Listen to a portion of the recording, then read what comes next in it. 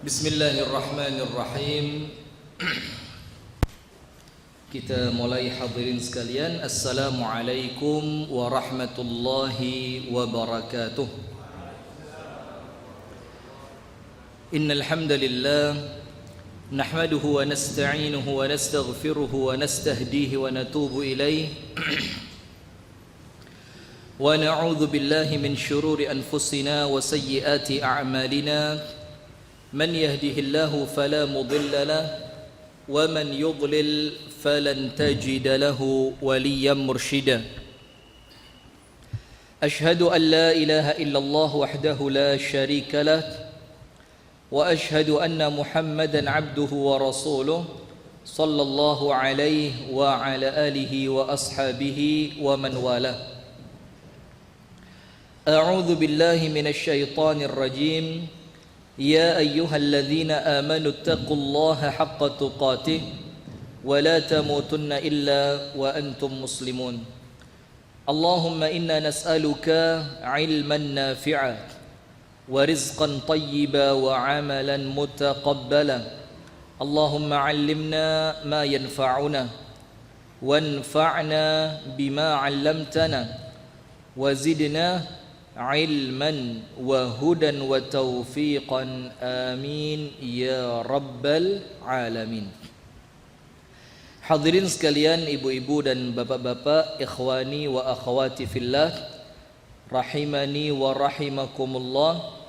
Puji dan syukur alhamdulillah kita haturkan kepada Allah atas limpahan nikmat karunia Allah kepada kita semua, sehingga di pagi hari ini pada tanggal 3 di bulan Dzulhijjah kita dipertemukan oleh Allah dalam majlis yang mulia ini dalam amalan yang merupakan afdhalul ibadat, ibadah yang paling afdal, yaitu talabul ilmi.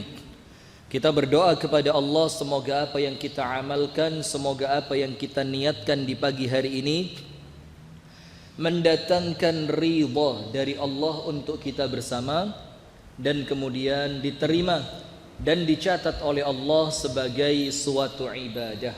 Amin ya rabbal alamin.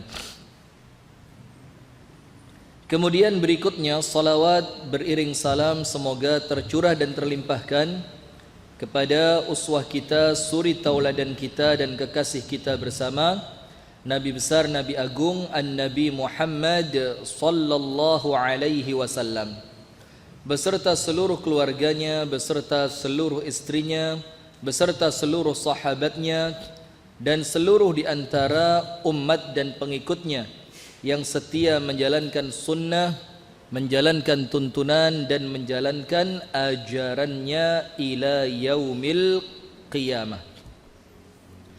Hadirin sekalian yang dirahmati oleh Allah, kita sekarang berada di hari terbaik sepanjang tahun untuk melakukan ibadah. Jadi pada hari-hari yang terbaik, kesempatan terbaik, musim terbaik untuk melakukan ibadah, yaitu pada 10 pertama di bulan Dzulhijjah. Sebagaimana dalam hadis riwayat Al-Imam Al-Bukhari, Rasulullah sallallahu alaihi wasallam bersabda, ما من أيام العمل الصالح فيها أحب إلى الله من هذه الأيام العشر قالوا ولا الجهاد في سبيل الله قال ولا الجهاد في سبيل الله إلا رجل خرج بنفسه وماله ولم يرجع من ذلك بشيء. Saya WA Muhammad, maaf anak telat sedikit, dianya telat juga. Masya Allah. Yang artinya adalah tidak ada hari sepanjang tahun, hari apapun itu, yang amal solih lebih dicintai oleh Allah dibandingkan 10 hari yang pertama di bulan Dzulhijjah.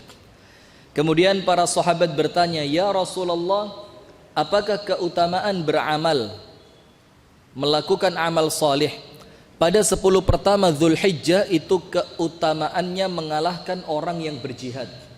Maka Rasulullah bersabda, walal jihadu fi sabilillah, termasuk keutamaan beramal pada 10 pertama Dzulhijjah itu mengalahkan keutamaan orang yang berangkat jihad, kecuali rajulun kharaja bi nafsihi wa malihi, seorang manusia yang berangkat perang itu keluar dengan seluruh harta yang ia miliki. Artinya apa? Rumahnya dijual, motor NMAX dijual, mobil Ford Everest dijual. Sudah ya? Ganti apa sekarang, Riz? Kemudian kalau punya tanahnya dijual, semua dijual. Mas-masan istri ditarik semua, digunakan untuk perang.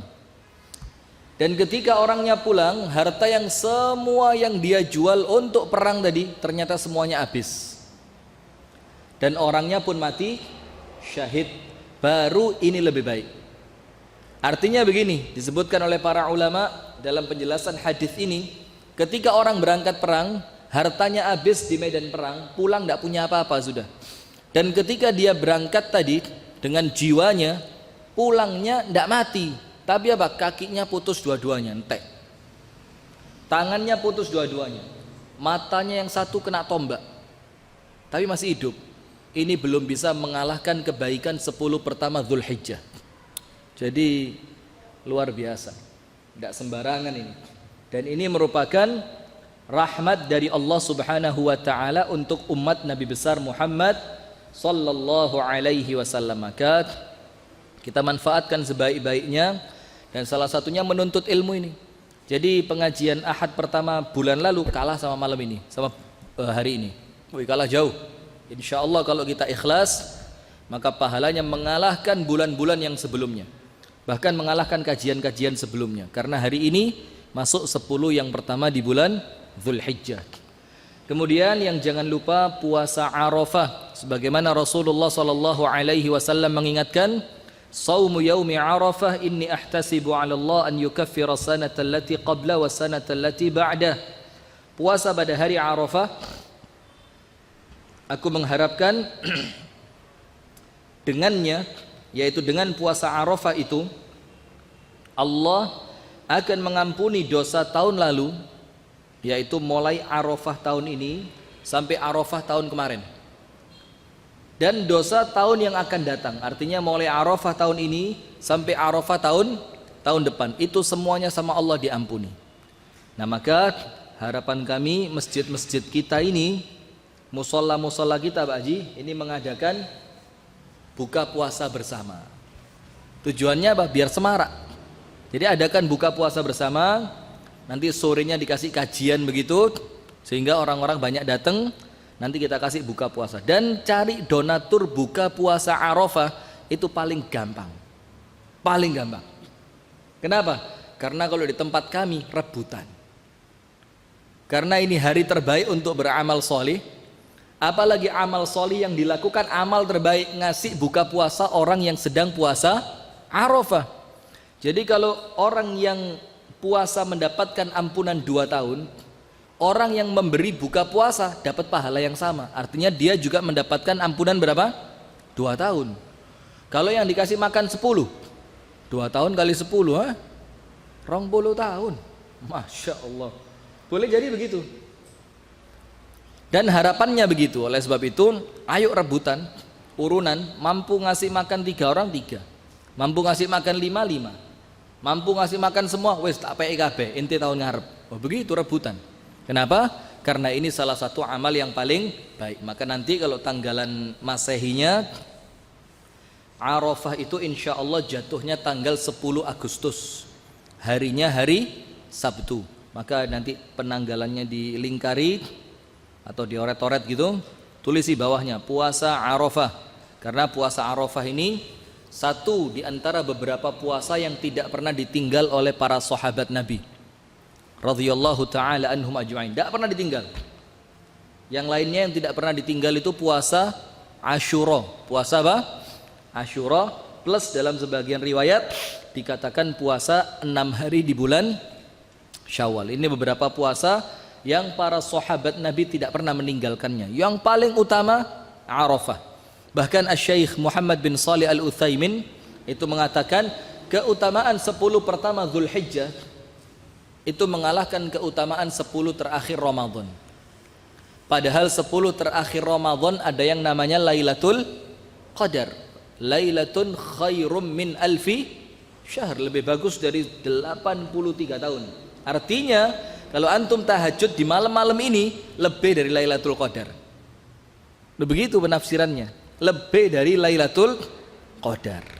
Sayangnya banyak di antara kita tidak ngerti sehingga tidak memanfaatkan dengan baik. Maka kalau 10 terakhir Ramadan antum bisa banyak sedekah, ini 10 pertama harus lebih banyak. 10 terakhir Ramadan bisa i'tikaf, sekarang harus lebih kuat.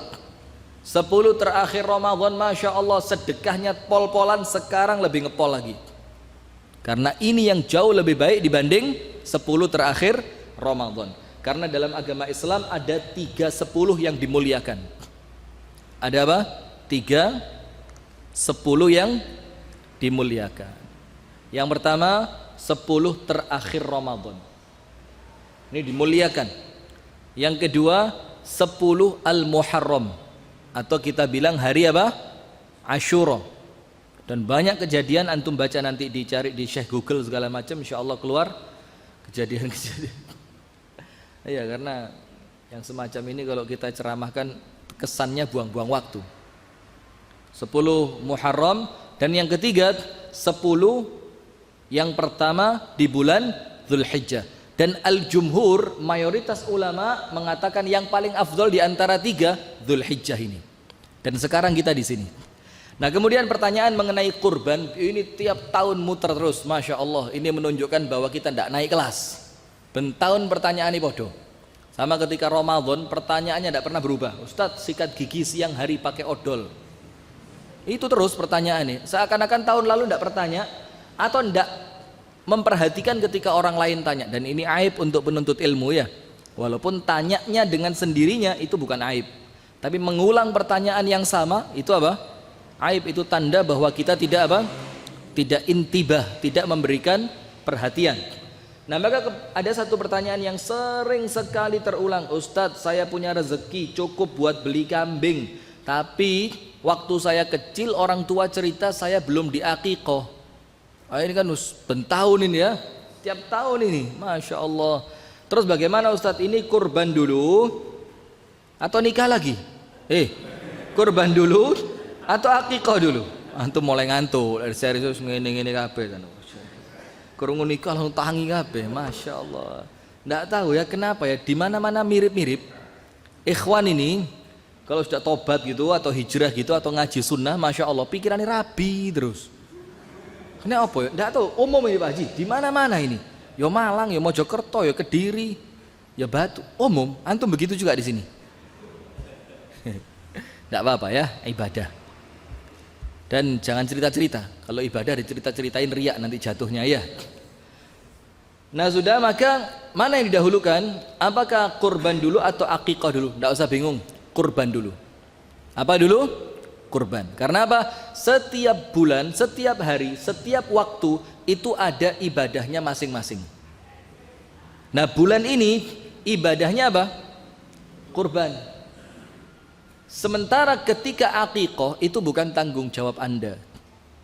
Tanggung jawab siapa? Orang tua. Plus akikoh itu kalau sudah lepas dari waktunya itu sudah bebas tanggung jawab. Walaupun kalau memang punya rezeki mau mengakikoh diri sendiri tidak dilarang, boleh, tidak apa-apa. Tapi untuk saat ini yang lebih afdol apa? Kurban. Termasuk Ustadz, bagaimana hukum kurban untuk orang yang sudah meninggal? Nah, ini pertanyaan juga sering tiap tahun ini. Nenek saya sudah meninggal Ustadz, tapi zaman biar nggak tahu kurban. Anak kan tiap tahun sudah kurban. Bagaimana kali ini untuk nenek saya? Enggak usah. Walaupun para ulama memperselisihkan, tapi yang aman enggak usah. Kenapa? Karena ibadah itu hanya wajib untuk orang yang masih hidup. Sementara kalau antum kurban, antum niatkan untuk keluarga antum, insya Allah neneknya dapat.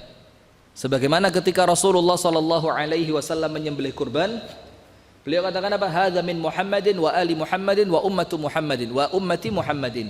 Ini dari Muhammad untuk keluarganya Muhammad dan untuk seluruh umatnya Nabi Muhammad. Artinya semuanya apa?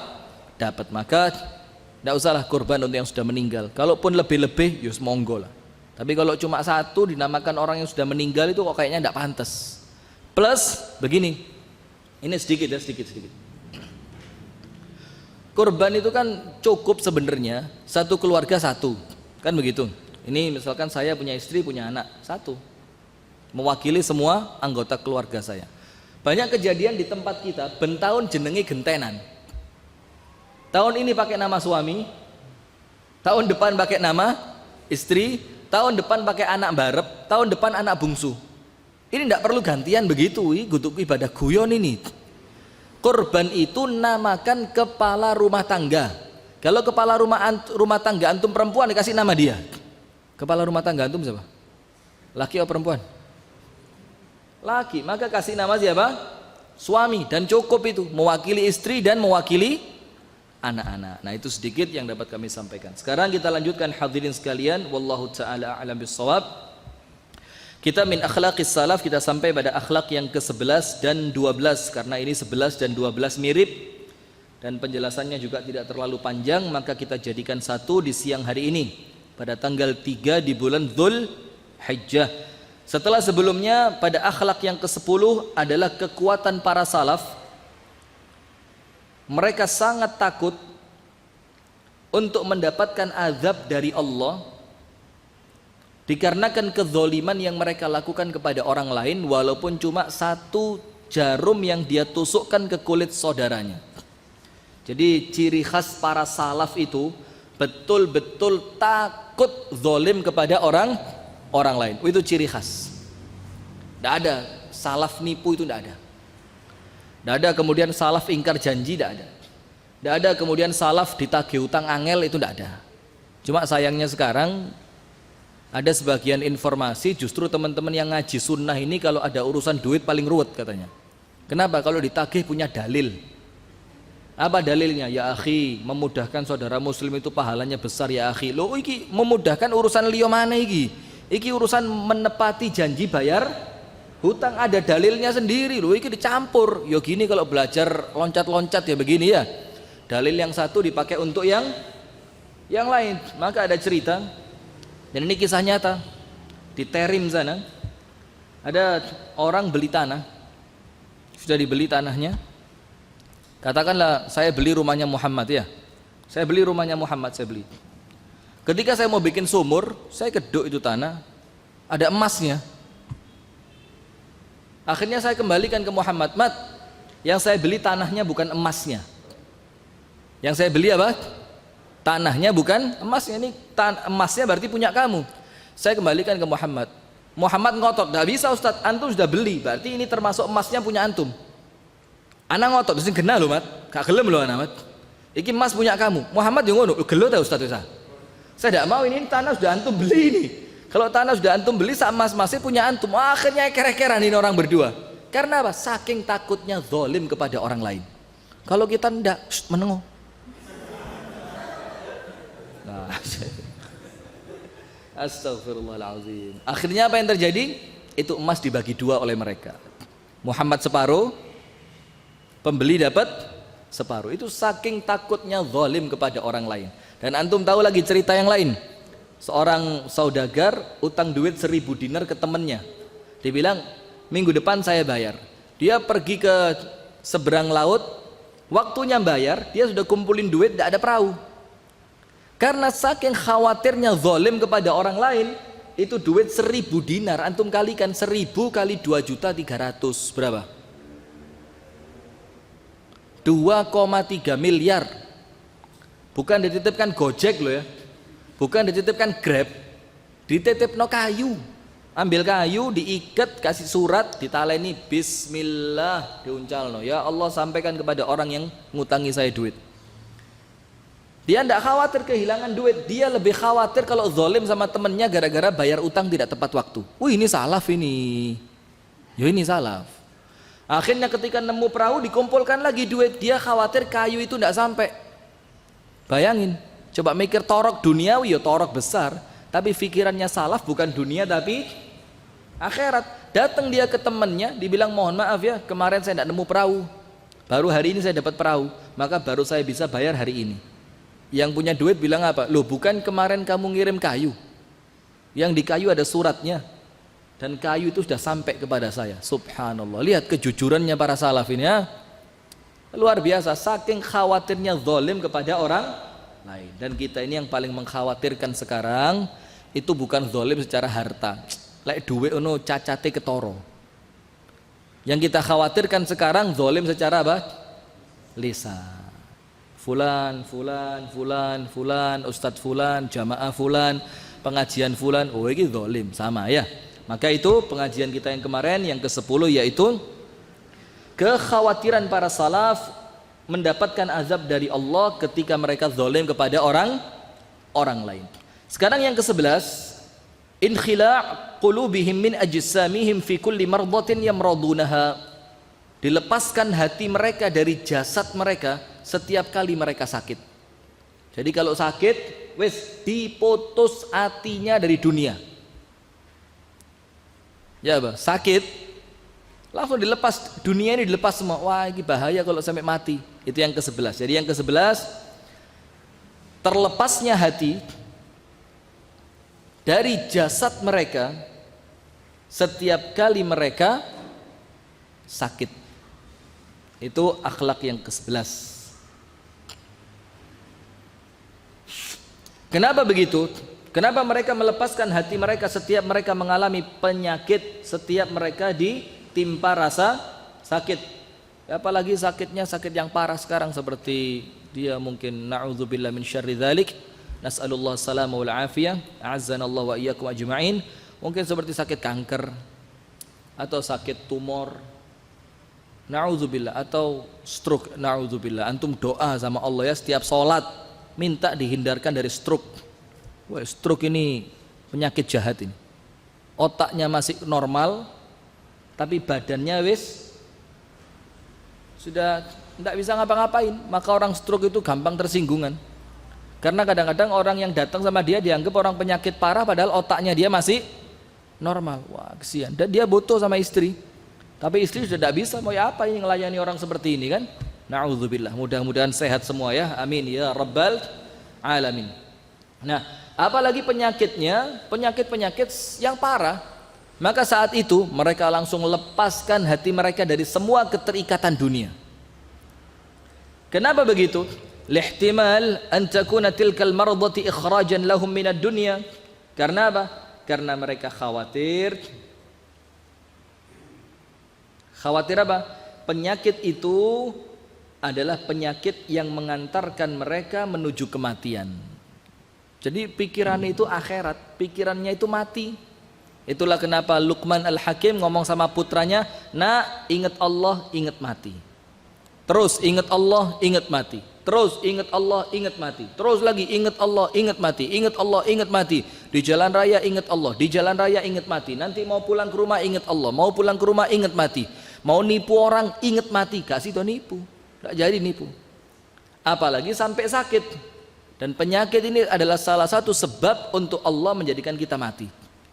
Nah maka kalau mereka sakit, hatinya dilepas. Kenapa?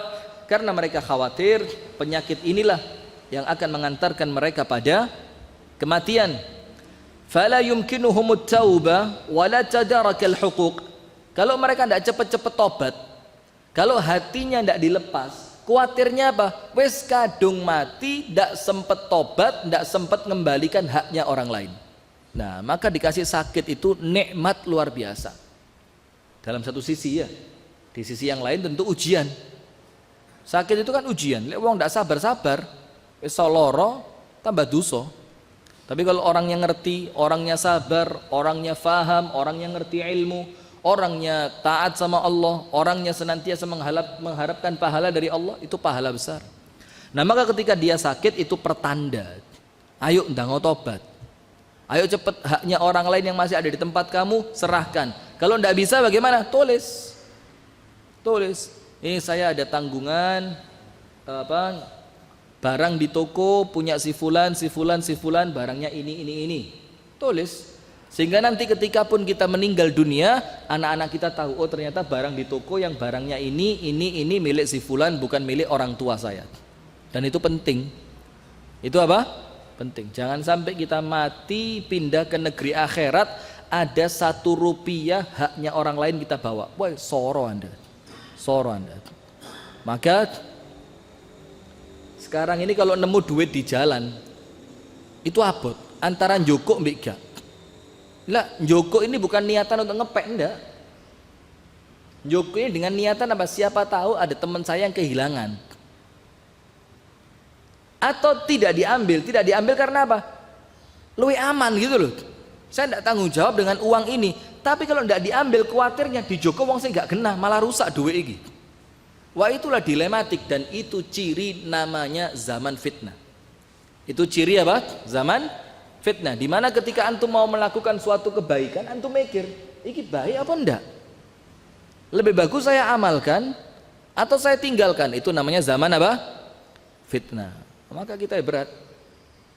Saya pribadi kalau nemu duit-duit begitu lebih aman saya tinggal pribadi.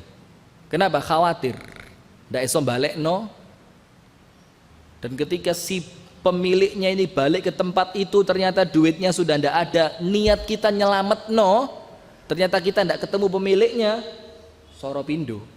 Dan saya pernah kejadian itu di Pondok Ar-Rahmah Malang sana.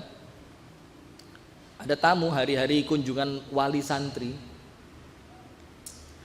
ada jam bagus bermerek, pokok api lah, saya lupa ketoro. Kalau jam api itu ketoro ya, cekel-cekelane itu gak gampang merusut.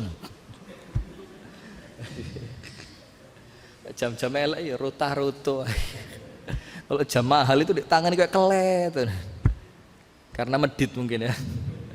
Sudah, niat saya tak selamat no, karena namanya santri kan kita tidak tahu ya, namanya santri, apalagi santri SMP SMA, kadang-kadang mereka iseng simpen soporo nak koncoku gelem ku tak dol, namanya santri ya. Sudah, niat hati mau nyelamatin, saya bawa pergi ke depan, orangnya bingung bulet tuh, tak dekek kene mang, gak weling aku dek kene mang. Akhirnya orangnya bingung sendiri.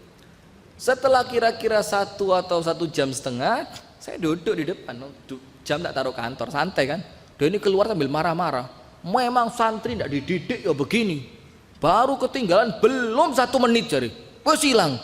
Wah itu jam mahal saya beli. Itu oleh-oleh dari negara ini, semacam-macam dia sebut lah. Saya lihat, ini apa ngamuk-ngamuk ini. Saya keluar, ada apa pak? Jam saya ketinggalan pak, belum 1 menit hilang. Lu wah ini dikira nyolong saya nanti ini kan. Sudah saya bilang, oh itu jamnya, coba dilihat di kantor. Wah yo ini jam saya ini, wah ini siapa yang nemu tadi?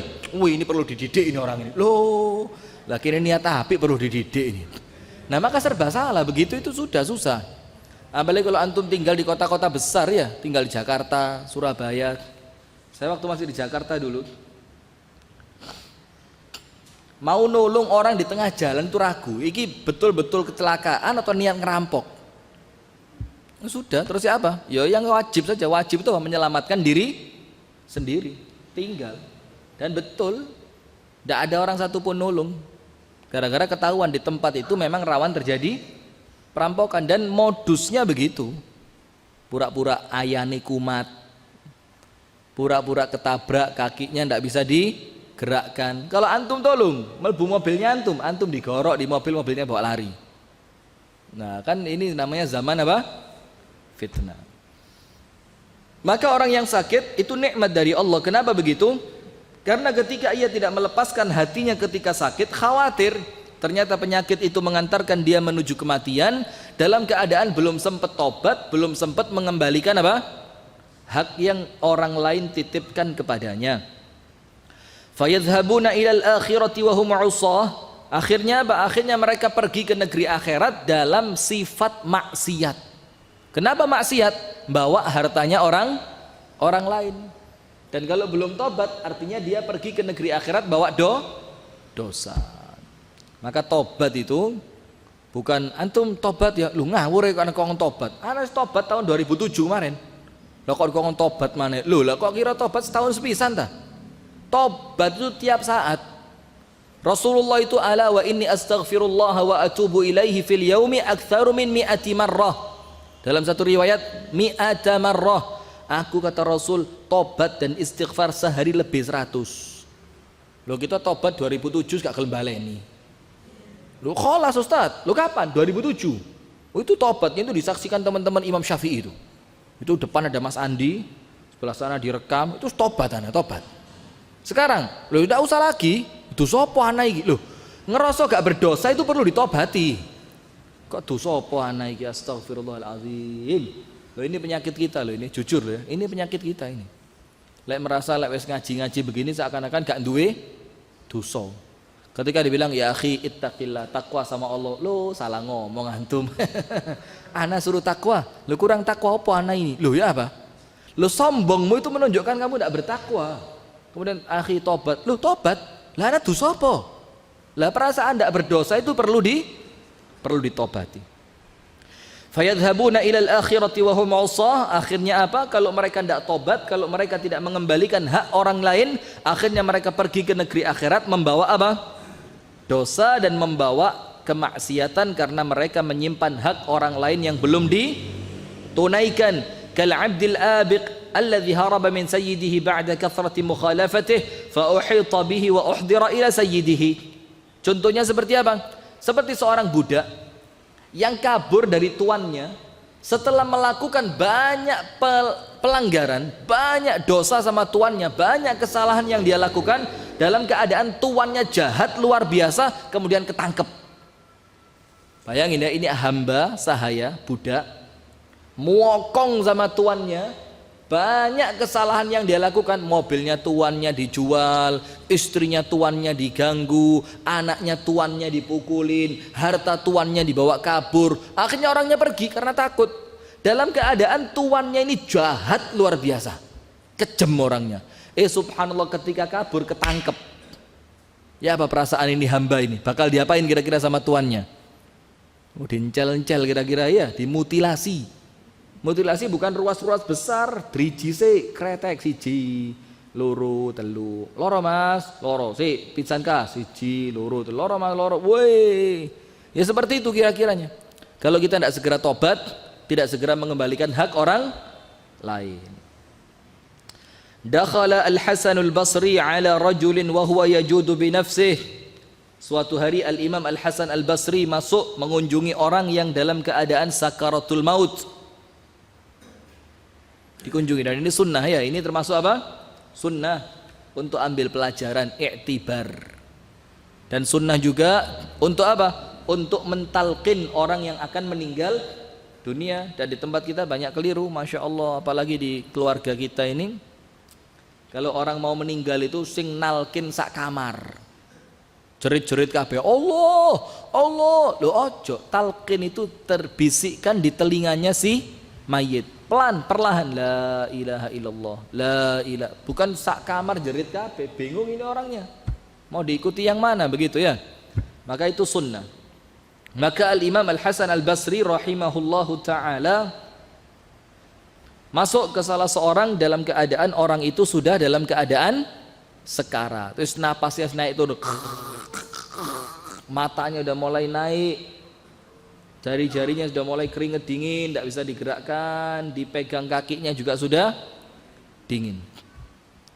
Faqala, maka saat itu Al-Imam Al-Hasan Al-Basri mengatakan, inna amran hadza akhiruhu, suatu urusan yang akhirnya seperti ini, la haqiqun an yushada fi awalihi, maka pantas kalau di awal urusan kita disuruh zuhud sama Allah.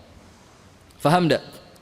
Jadi kalau dunia yang akhirnya cuma seperti ini, toh akhirnya duit yang dia bawa kaya raya, istri yang dia punya 4 cantik perawan kabeh, mau?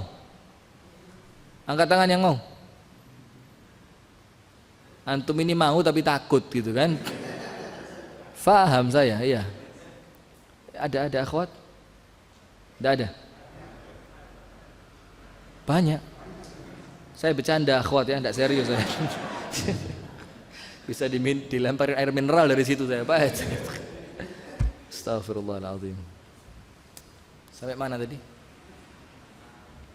Ya, maka ketika sekarat seperti itu, harta yang berlimpah dia punya, kendaraan mewah yang ia miliki, jabatan tinggi yang dia punya, duit yang berlipat-lipat itu di dompetnya dia, di banknya dia, istri-istri yang dia punya, sama sekali tidak ngasih manfaat ternyata. Dan orangnya sekarang dalam keadaan tidak ada yang bisa nolong. Kalla idza balagatit taraqiya wa qila man raq wa dhanna annahu al-firaq. Kalau sudah sampai di sini sudah selesai urusan. Dikasih, Mas, sampean mau emas 2 kilo diberikan untuk saya tapi sampean hidup lagi. Kira-kira dikasih enggak emas 2 kilo? Dikasih, artinya apa? Sudah tidak ada artinya, harta itu sudah tidak ada artinya. Jangankan itu, uang kedelep di laut itu loh. Suruh milih kayu apa emas 2 kilo? Milih mana? Loh, kayu tidak dijual gak laku loh. Emas 2 kilo lumayan loh. Milih mana? Loh, kenapa milih kayu? Kayu gak bisa didol. Nah, karena apa? Karena di saat seperti itu Anda tahu bahwa dunia ini tidak ada artinya.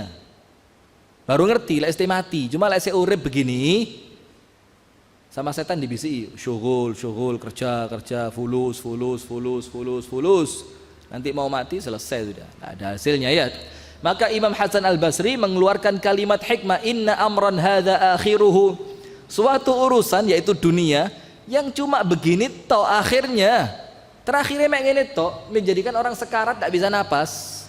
Fahaqiqun an yushada fi awalihi, maka pantas kalau Allah itu nyuruh kita zuhud di awalnya. Cek gak getun teman-teman. Orang itu kalau sudah kaya, terlanjur numpuk dunia, terlanjur capek untuk membangun dunianya, ya pasti takut mati. Hubbud dunya wa karahiyatul maut. Kenapa dia takut mati? Karena yang dibangun dunianya bukan akhiratnya. Coba yang dibangun akhiratnya mati, goleki malahan kandang mati anak rek. Capek di dunia segera kepingin menikmati hasil rumah akhirat. Sayangnya kita ini yang dibangun dunia, sehingga sesuatu yang terlanjur dibangun belum sempat dinikmati mau ditinggal mati, mau ninggal mati, tidak mau. Banyak cerita, kayak kacang goreng, cerita masalah begini-begini kayak kacang goreng banyak. Ada orang bangun rumah. Dan antum tahu, tidak pakai arsitek, digambar dewi. Saking impiannya rumah itu. Ini pintunya harus ngadep ke sini, nanti ruang tamunya berbentuk begini, nanti di toiletnya harus ada ini, digambar dewi. Dan saya kenal sama orangnya. Subhanallah, dia bangun rumahnya itu kurang lebih 10 tahun. Sudah, saya ditelepon. Assalamualaikum Ustaz. Waalaikumsalam warahmatullahi wabarakatuh. Sehat semua. Sudah? Ana undang hari Rebu. Apa acara apa? Alhamdulillah rumah ana selesai. Nanti malam syukuran. Nanti malam apa? Syukuran. Antum tahu? Rebu siang meninggal dunia. Ngundang Rebu malam, Rebu siang mati. Ya apa? Nah ini repot kalau orangnya belum punya bekal akhirat. Kok subhanallah itu orang baik, orangnya memang terkenal baik. Maka ketika mau syukuran rumah akhirnya tidak jadi ganti takziah, itu orang tidak harus ngilokno. Wah kapok wis durung sempet dinikmati mati ya kon. Tidak begitu, tapi orang semuanya mendoakan. Kenapa begitu? Karena orangnya sebelumnya orang yang baik. Negeri akhiratnya sama dia juga dibangun selagi dia juga membangun negeri dunia. Maka Imam Hasan Basri mengatakan kalau dunia begini toh akhirnya, yo pantaslah kita kalau disuruh zuhud. Kemudian wadakhalu ala Utsbah al-Ghulam, wadakhalu ala atabatil Ghulami fi maradi mautihi, ya Utsbah al-Ghulam fi maradi mautihi faqalu kaifa tajiduk. Suatu hari sebagian di antara para salaf masuk ke tempatnya Utsbah al-Ghulam. Utsbah al-Ghulam ini nama seorang tabi'in. Utsbah al-Ghulam fi maradi mautihi, dalam keadaan orang itu sakit yang penyakitnya ini mengantarkan dia pada kematian. Artinya penyakit penutup sebelum dia wafat. Maka teman-teman yang datang untuk mengunjungi bertanya, kaifa tajiduka, bagaimana kamu mendapati dirimu? Artinya saat sekarang ini ya apa yang kamu lihat? Apa yang kamu rasakan saat ini? Ketika kamu mau mati begini, apa yang kamu rasakan? Ini orangnya belum mati, masih apa? sekarat, sakit. Fa'ansyad yaqul, maka dia melantunkan satu bait syair. Bayangin ya, orang zaman dulu ya, mau mati seiso mikir syair. Orang sekarang mau mati, dia anakku, dia bojoku, mati cemen ini ya, mati cemen. Banyak orang di tempat kita ini salah niat, salah cita-cita. Mas, nanti mau mati kayak apa? Ana Ustadz, nanti kepingin mati itu ya, istri anak 4 ngumpul semua, terus anak-anak ada semua, terus nanti meninggalnya di rumah Ustadz, tak pakai rumah sakit, di kamar ini, zen. Lu, ini cita-citanya orang kerdil. Kalau orang Islam itu cita-cita, antum mau mati di mana? Ana mau mati di medan perang, kepala lepas, tangan hilang 1, hidung putus, kaki bengkong, ini dalam depan ini panah 10 tembus, belakang tombak 2. Itu cita-citanya orang beriman, mati di kasur. Salah cita-cita antum. Belajar akidah lagi ya. Maka jangankan itu, antum tahu panglima perang yang tidak pernah kalah siapa? Khalid bin Walid radhiyallahu taala anhu. Perang ratusan kali gak mati-mati. Gak mati-mati. Matinya di mana? Di kasur. Ketika mau mati nangis dia. Dakhaltu ma'arika iddah. Saya ini masuk perang berkali-kali. Wa amutu ala firashi mautal jubana. Lu mosok pantes saya matinya di atas kasur kayak matinya pengecut ini. Bayangin, jadi mereka itu para salaf mati di atas kasur getun. Lah kok kita malah minta. Nah, ini bukan salaf namanya. Apa namanya? Ngeles ya. Maka dia melantunkan satu bait syair ketika teman-temannya tanya, "Kaifa tajiduk?" Bagaimana yang kamu dapati dirimu sekarang? Apa yang kamu rasakan? "Kharajtu minad dunya wa qamat qiyamati." غداة يقل الحاملون جنازتي وعجل أهل حفر قبري وصيروا خروجي وتعجيل إليه كرامتي كأنهم لم يعرفوا قط صورتي غداة عتى يومي علي وليلتي. Artinya kharajtu minad dunya wa qamat qiyamati. Sebentar lagi saya mau keluar dari dunia dan berdirilah kiamat saya. Kiamat sughra. Ghadata yuqillul hamiluna janazati. Pada suatu sore yang orang yang bakal ngangkat jenazahku sedikit. Kenapa sedikit? Karena sore. Coba orang matinya pagi banyak yang datang ya kan? Matinya sore. Pada suatu sore yang nanti bakal ngangkat jenazahku beberapa orang saja. Wa ajjala ahli hufra qabri wa sayyaru, dan keluargaku mempercepat penggalian kuburku dan mengeluarkanku. Khuruji wa ta'jili ilaihi karamati, ketika mereka mengeluarkanku dari rumah dan mempercepat penguburanku itu merupakan kemuliaanku. Ka'annahum lam ya'rifu qattu surati, seakan-akan mereka tidak pernah lihat tubuh saya ini sampai mereka keluarkan dari rumah itu. Seakan-akan orang asing yang masuk sehingga harus dikeluarkan, padahal aku ini yang punya rumah, aku yang bangun rumah, aku yang membiayai rumah ini. Ka'annahum lam ya'rifu qattu surati, mereka mengeluarkanku dari rumah seakan-akan aku bukan penghuni rumah itu. Dan antum-antum ini bakal begitu loh nanti, siap-siap loh ya. Baunya sudah dekat ini. Iya, ini malaikat maut keliling di sini. Dan malaikat maut itu sehari ngintip kita berapa kali? Hah? Berkali-kali ngintip. Seteko durung wayai, oh durung balik. Datang lagi, oh durung. Sebelah mana ini ya? Coba di Terawang sih. Hati-hati ya. Ghadata ata yaumi alayya wa lailati. Pada suatu sore yang akhirnya setelah saya masuk nanti tidak ada lagi siang, tidak ada lagi malam. Karena orang di kuburan tidak ada siang, tidak ada malam, podo kabeh wis ya. Jadi itu. Walamma hadarat Ibrahim an-Nakhai, ketika al-Imam Ibrahim an-Nakhai al-wafata baka, mendekati kematiannya dia menangis. Bayangin ini Ibrahim an-Nakhai, seorang ulama yang tidak pernah putus sholat jamaah 40 tahun. Kita putusnya 40 tahun. Ini tidak putus selama 40 tahun. Dan dikatakan oleh para ulama yang lain ada yang ketika sholat jamaah itu tidak pernah ngelihat gegeri konconi. Artinya apa? Imam sholat. Imam sholat 40 tahun. Ada lagi yang lain selama 40 tahun lebih tidak pernah jalan illa minal bait ilal masjid wa minal masjid ilal bait. Tidak pernah jalan kecuali rumah masjid masjid rumah, rumah masjid masjid rumah 40 tahun. Subhanallah. Kita apa? Lapangan futsal. Lapangan futsal. Apa lagi? Pasar. Terus mana lagi? Warung kopi. Rek ngopi rek, rada ngelui, ngopi sik cek gak salah paham. Ini bahasa-bahasa ngerusak ya, astagfirullahaladzim. Tapi ya memang zaman ya, antum jangan ikuti. Sekarang ini warung kopi Pak Haji, tiap pojok itu ada. Dan andalannya apa? Free. Woi, free wifi. Free sudah. Kadang-kadang kopi ini mesak gelas 2.000 tak cengkir, ngombine dimit-dimit. Kayak mana? Download dapat 2 giga, kopi durung tek. Sing duwe warung, ya Allah, gak pindah-pindah rek. Besok datang lagi.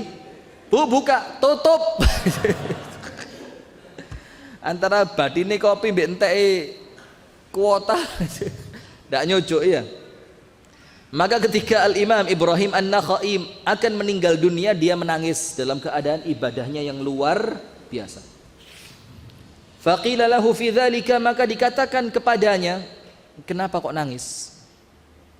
Kamu ini orang yang ibadahmu tidak pernah putus, istiqomahmu tidak ada yang ngalahin, sholat malammu tidak pernah absen, puasamu tidak pernah batal. Lo kok masih nangis? Dengerin jawabannya. Inni antadhiru rusulan ya'tini min rabbi hal yubashiruni bil jannati ambin nari.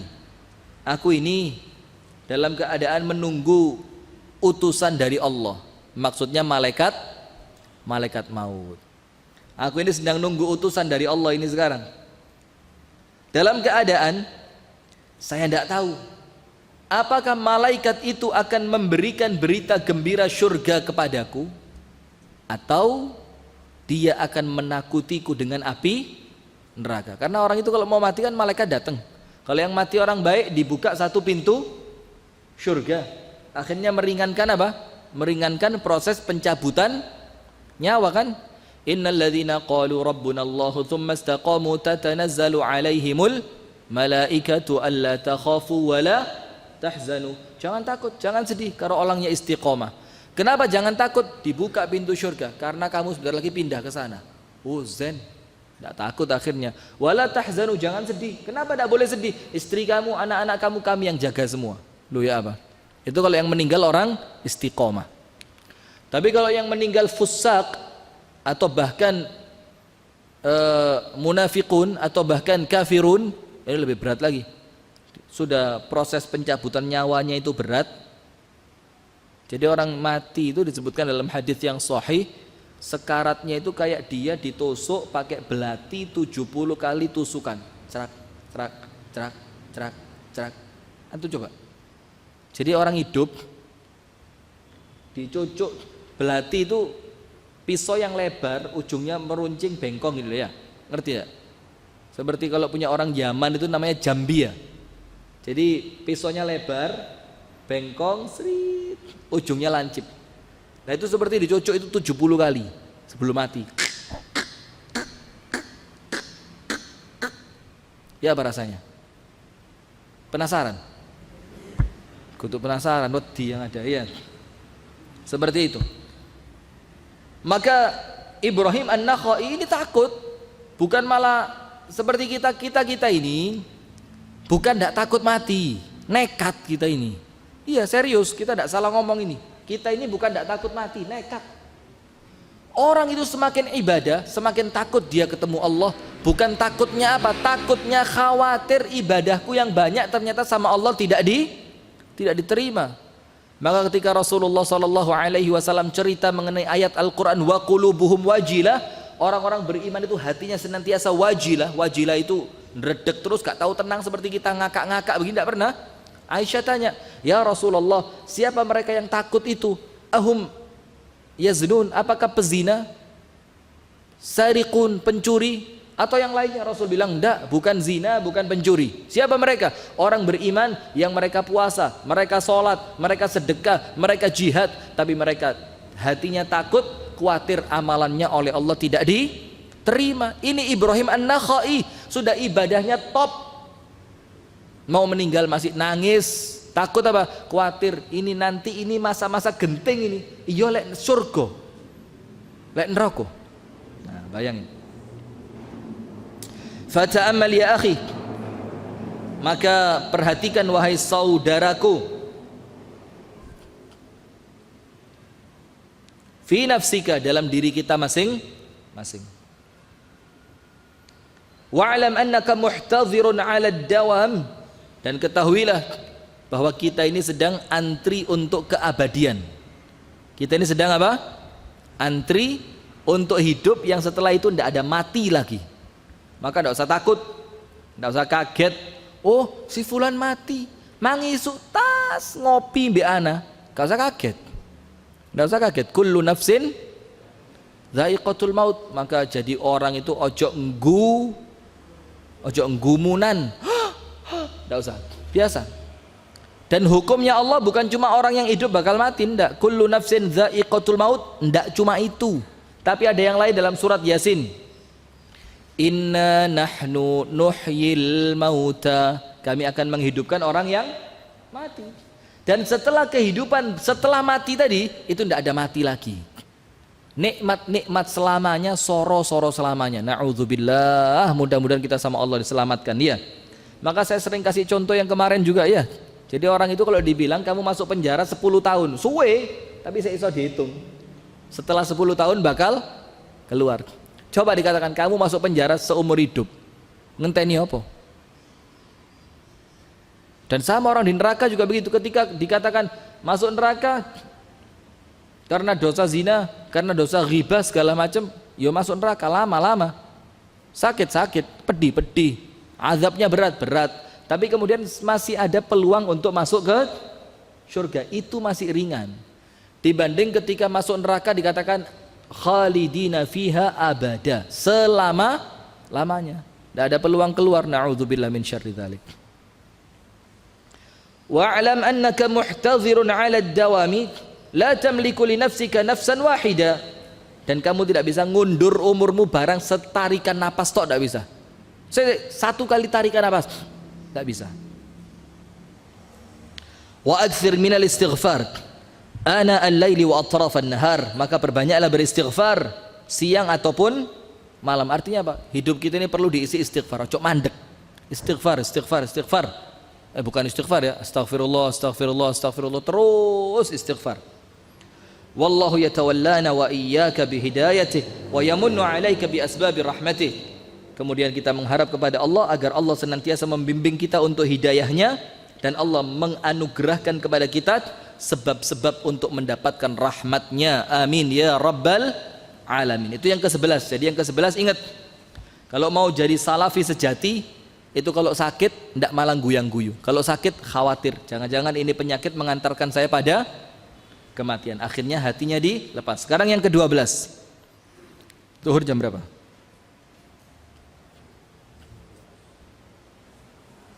3:38. Nah, siap. Sampai azan ya.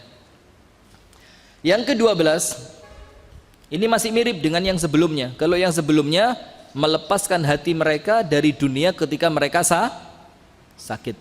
Sekarang yang ke-12, kathratul i'tibar wal buka wal ihtimam bi amril maut idza ra'au janazatan au tadhakkarul maut wa sakaratihi wa su'il khatimah hatta tuzalzal qulubuhum. Artinya akhlak para salaf yang ke-12, kekuatan mereka dalam mengambil pelajaran dan menangis dan perhatian dengan tentang urusan kematian kalau mereka melihat jenazah. Jadi akhlak mereka apa? Kalau mereka melihat jenazah itu langsung apa? Nangis, ambil pelajaran, mengambil i'tibar, kemudian betul-betul mikir sekarat, mikir sakaratul maut ketika mereka sedang melihat apa? Jenazah. wa tadzakkarul maut wasakaratihi, dan mereka senantiasa mengingat kematian dan beratnya sakaratnya kematian, wasu'ul khatimah, dan khawatir kalau sampai nanti matinya bagaimana, su'ul khatimah. Hati-hati loh ya, hati-hati betul. Saya ingetin buat diri saya dan teman-teman sekalian ini, terutama akhwat juga, hati-hati. Tidak ada yang jamin kita mati muslim, tidak ada. Hati-hati. Ya Allah, Allahumma amitna alal Islam. Antum tahu Nabi Yusuf? Tahu Nabi Yusuf? Enggak. Ya kalau kenal ya enggak mungkin. Tahu maksudnya tahu, Nabi cerita Yusuf kan tahu ya. Apa coba? Anaknya Nabi, cucunya Nabi, kakek buyutnya juga Nabi. Mulia enggak? Yusuf seorang Nabi, bapaknya Yakub juga Nabi, bapaknya Yakub Ishak juga Nabi, bapaknya Ishak siapa? Ibrahim juga Nabi. Mulianya luar biasa. Ganteng. Coba angkat tangan yang gantengnya ngalah Yusuf. Tidak ada. Orang tertampan di dunia, separuh indahnya dunia itu sama Allah semua dikasihkan Yusuf. Yang separuh ditum kayak kita ini. Sekali separuh ditum akeh. Jadi kalau kita sih rada-rada ganteng ini alhamdulillah lah ya. Karena apa? Separuh digerebutan wong akeh. Yusuf separuh di PDW. Kemudian bendahara negeri terbesar saat itu. Kemudian Allah katakan Yusuf ini orang soleh. Coba kurang apa? Antum tahu doanya Yusuf apa? Tawaffani musliman wa alhiqni bis salihin. Ya Allah, saya minta cuma satu, wafatkan aku dalam keadaan muslim. Bayang, ini Nabi mintanya sama Allah itu mati Islam. Lu kita ini mulu kakian reken. Sudahlah, bismillah, minta sama Allah, tawaffani musliman wa alhiqni bis salihin, dan pertemukan dan kumpulkan aku bersama orang-orang solih. Artinya apa? Dia tidak nganggap dirinya solih. Maka ketika dia mati, minta nanti dikumpulkan bersama jenazahnya orang-orang solih. Nanti bangkit di hari kiamat, kepingin di padang mahsyar itu bangkit kanannya, oh masya Allah orang solih, oh masya Allah orang solih. Kepinginnya cuma itu. Lah kita ini ya Allah, doa ya Allah, mudah-mudahan istriku ya Allah ikhlas kalau aku nikah lagi ya Allah. Loh, yang ibadah antum kok yang ikhlas istri? Loh iya sih, nikah lagi ibadah bukan? Antum nikah lagi itu ibadah bukan? Ibadah kan? Berarti yang perlu ikhlas antum yang nikah lagi atau istri? Udah. Terus nyambung berarti. Saya cari yang sering ngaji ya. Muka-muka ngaji. Muhammad. Istri tidak ikut kan? Istri ikut ganti. Faris seneng aja. Riz, nikah lagi kan ibadah, Riz. Orang yang ibadah kan perlu ikhlas. Berarti yang dituntut ikhlas suaminya apa istrinya? Tambah ngaco mana ini? Wes tak jelasin aja ya daripada semakin panjang ya. Nikah itu ibadah. Waduh Faris, ente belum siap Faris. Ojo wis. Nikah itu ibadah. Dan orang yang ibadah dituntut ikhlas. Ketika suami nikah lagi, berarti yang ibadah siapa? Suami kan? Berarti yang dituntut ikhlas ketika dia beribadah dengan nikah lagi. Jadi siapa? Suami. Maka jangan, dek kamu yang ikhlas, lu keliru. Seharusnya istri pertama yang ngandani istri yang ngandani suami yang mau nikah lagi, bang, kamu yang ikhlas bang ya, gitu. Itu bener. Sepakat kan? Oh, antum takut. Jangan-jangan istrinya ikut juga, istri ikut. Salah. Saya kan istri tak tinggal di mobil, gitu caranya. Jadi nanti kalau pengajian, istri kasih majelis sebelah sana. Antum kasih kue, kasih segala macam, suruh jahit, suruh bentel itu. Jadi pengajian khusus ikhwan ini aman antum. Jadi kalau tak tanya jawabannya kenceng. Ini tadi jawabannya rada ngerem, ternyata istrinya ikut semua, bagus. Astagfirullahaladzim. Lanjut ya. Jadi kekhawatiran mereka mati apa? Su'ul khatimah. Yang pertama, karena akhwat, maaf ya ini bercanda aja. Enggak serius, ini bercanda ini. Tapi kalau diseriusi ya enggak apa-apa sih. Karena Abu Hurairah radhiyallahu taala anhu, "Idza ra'a ahadan yahmilu janazatan, yaqulu laha." Lihat ini kebiasaannya Abu Hurairah. Abu Hurairah itu Kalau ngelihat jenazah yang lewat di depannya, apa yang dikatakan Abu Hurairah? Imzi ila rabbika fa inna ala ithrika madun. Kamu berangkatlah menuju Tuhanmu. Fa inna, maka sesungguhnya kami ala ithrika madun, akan berjalan di balik jejakmu. Artinya apa? Kalau kamu sekarang berangkat duluan, nanti kami pasti berangkat di belakang kamu. Tidak ada kan orang hidup tidak mati kan, tidak ada. Maka orang Arab itu kalau menghina temennya yang doanya pengen panjang umur, ini yang pernah ke Arab mesti ngerti. Dibilang apa? Tamut arba'ina yauman ba'dan nas. Atau ekstrim lagi, tamut arba'ina sanatan ba'dan nas. Yo, kalau ada temennya minta panjang umur gitu didoain, ya enggak apa-apa, mudah-mudahan kamu panjang umur. Kamu mati 40 tahun setelah manusia habis. Jadi manusia sentek kabeh, kamu masih hidup 40 tahun. Baru setelah itu kamu mati, mau? Mau ngapain? Di dunia tidak ada orang ya, kumpulannya siapa? Coba ada binatang saya lumayan tidak ada apa-apa, entek blas, ganok sopo-sopo blas, antum hidup 40 tahun. Tidak ada orang, tidak enak. Maka doa itu panjang umur ya bagus, tapi ditambahi panjang umur dalam taat kepada Allah. Maka Syekh Utsaimin pernah doain, atalallahu fi umrih, semoga Allah memperpanjang usianya. Sama Syekh Utsaimin langsung dihentikan, Qif, berhenti, tambahin doamu, atalallahu fi umrihi fi ta'atihi, semoga Allah memperpanjang umurnya dalam ketaatan.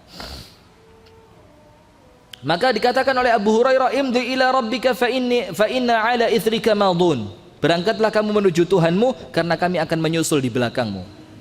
Wa kana Makhul ad-Dimashqi yaqulu idza ra'a janazatan, al-Imam Makhul ad-Dimashqi mengatakan ketika ia melihat jenazah, ughdu fa inna raihun, berangkatlah duluan karena kami akan menyusul.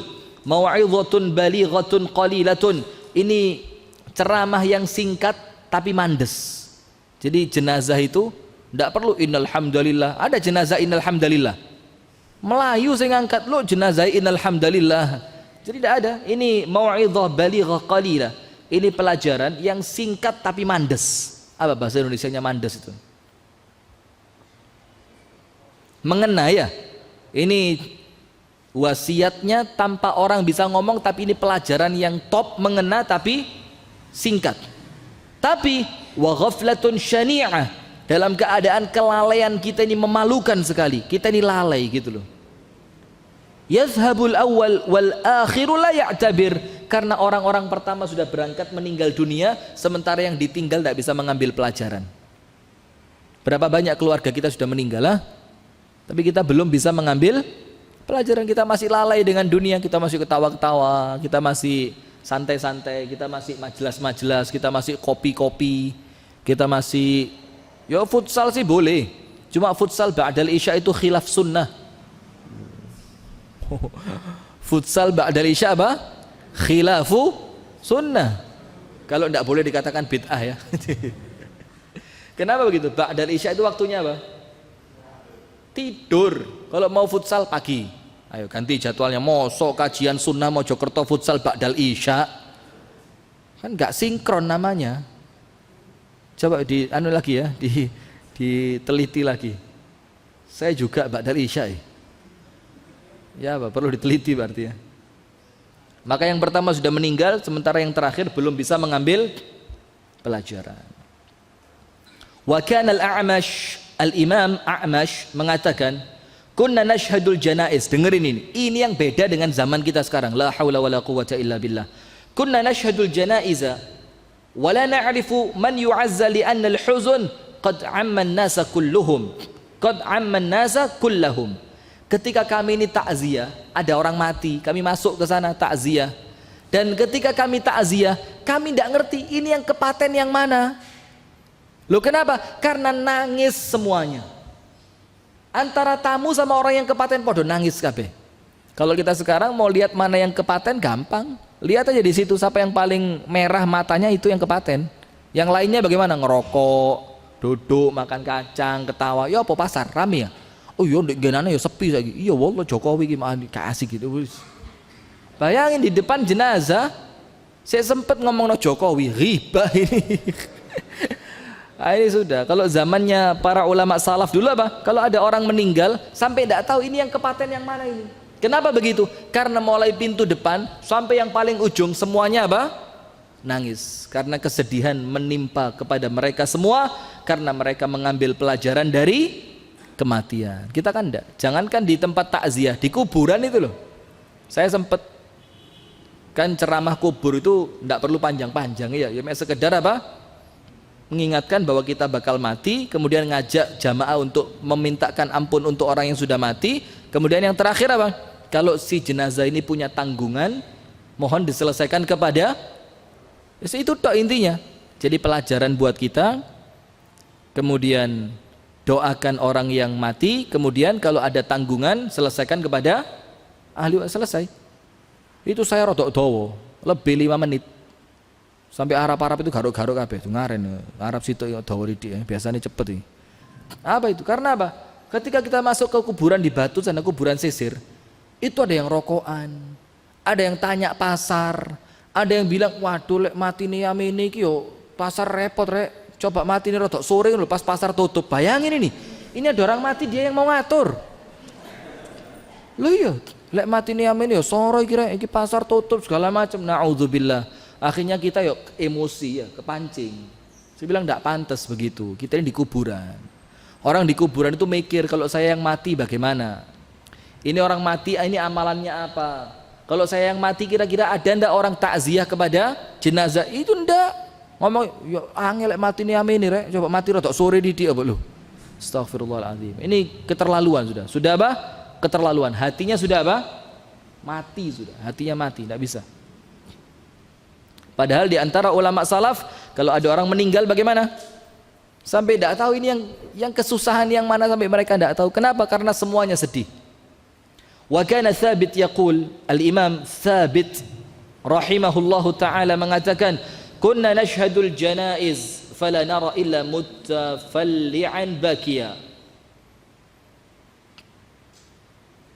Mutalaffi'an bakiya. Kami ini pernah takziah ke salah seorang jenazah dan kami tidak melihat di tempat itu kecuali semua orang itu ndingkluk dalam keadaan nangis. Jadi ketika takziah itu kita datangnya telat gitu ya, ternyata kita sampai di tempat itu, di tempat tersebut apa yang kejadian orang itu bagaimana? Semuanya ndingkluk dalam keadaan motoni drotos kabeh. Karena apa? I'tibar bi amril maut, ambil pelajaran dari kematian. Coba kalau yang mati antum ya apa? Begitu caranya. Wa dzalika li'annahum kanu yatadzakkaruna janazata anfusihim. Kenapa begitu? Karena mereka menganggap jenazah itu diri mereka. Fala yabkuna 'alal mayyit walakin 'ala anfusihim. Maka mereka nangis bukan nangisi mayit. Ini pelajaran ini. Jadi mereka nangis itu bukan nangisi siapa? Mayit, tapi nangisi siapa? Diri mereka sendiri. Atas kelalaiannya, atas kemaksiatannya, atas dosa yang belum ditobati, atas keterpurukan dari negeri akhiratnya, itu yang mereka tangisi. Jadi bukan nangis karena jenazahnya meninggal, menangisi diri mereka sendiri. Fajadirun